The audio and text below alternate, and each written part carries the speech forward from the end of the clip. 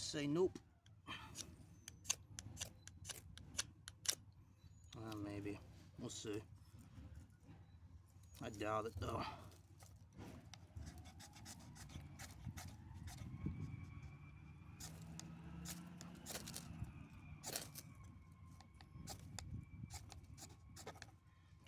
Fuck that.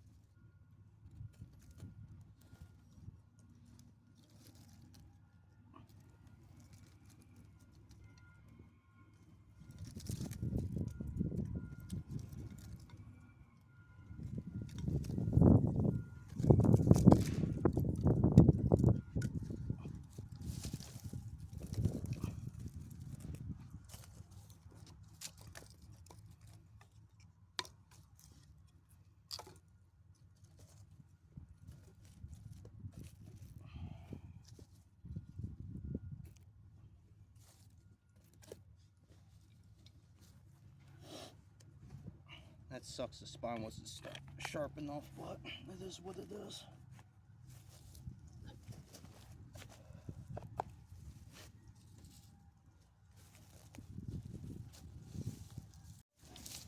Alright.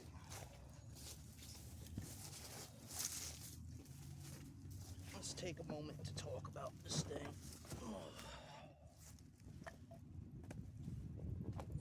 Do a little more carving for you. Speak about it.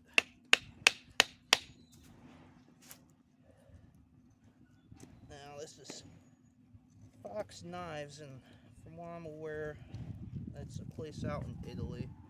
What does it say? Made in Magnolet, some shit like that. But this is the Fox. It's in cut steel. It's the FX-606. About 4.2-inch blade.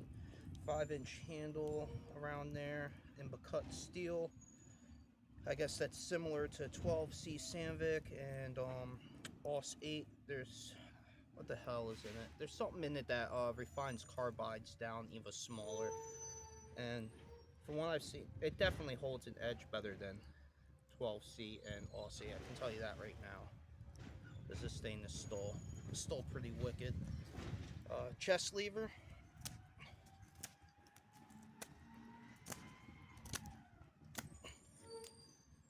Chest lever works great. I don't know if you saw that, but you know, sharpen that tip fairly quick. Power cuts with your hand straight. Works fine. Actually, really, honestly, well. What else? What else? I hate the handle.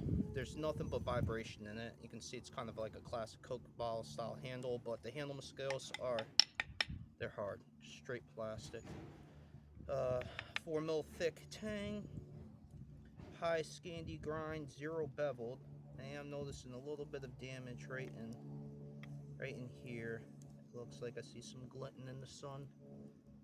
Honestly, not really damage, but she's starting to dull out. I've used her before this, and I haven't sharpened it yet, but I plan on. Let's see. Pot hanging notch real quick. Then we'll knock out a box notch. Yeah, I feel all of that in the hand. So, not the best, but it'll work for what it needs to.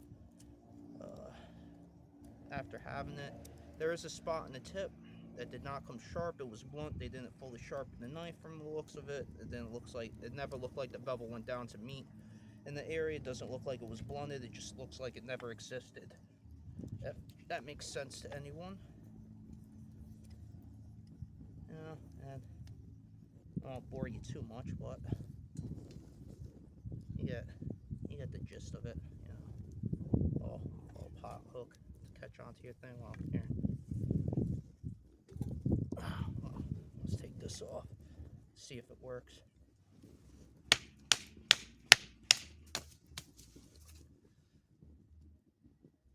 Well, no, split it out, so we're not going to even bother trying to pick up the pot. Box notch.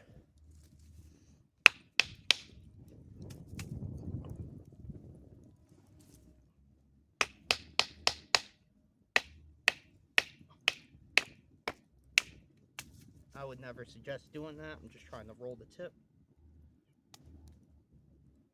But I don't think it did.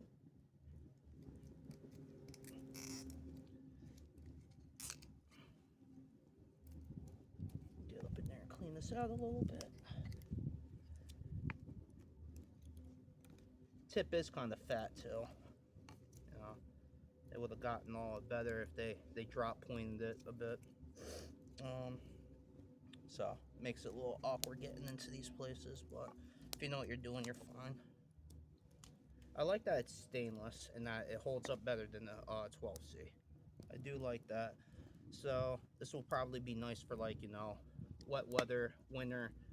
The tank's completely covered inside the handle, so it won't get as cold as your hand in the wintertime as it would with exposed steel. Blah, blah, blah. Other than that, she works fairly decent, you know. I don't like the handle at all. I don't like the jimping up here. It's the 90 on the back is dull. There's no 90 degree on the back of the spine. You saw when I was trying to strike, I had to use the tip. I did try these. These will grip the ferro rod, but that's going to destroy your ferro rod. So if anything, I guess, file them down and make that your striker area. But this is all now a weak spot. Every little bit of that's weak. I don't like this choil right here. That choil right there puts another weak spot in the blade. So I don't get them. I would have rather it seen just solid all the way to the handle. That anytime you create any alcove like that and you put a 90 degree or a jimping and you put 90 degrees, it puts stress within the blade. You know, when you quench it, it's a very violent, rapid thing that happens within the steel. So you have the inside compressing and you have the outside pulling, and it's creating these weird pushes and pulls and torques and all this crazy shit with inside the steel. That's why batoning, you know, the resonance, just the vibrations from it, can find cracks and further the cracks, and it finally makes it fail. Anyway, this ain't a lesson on shit. Tip test.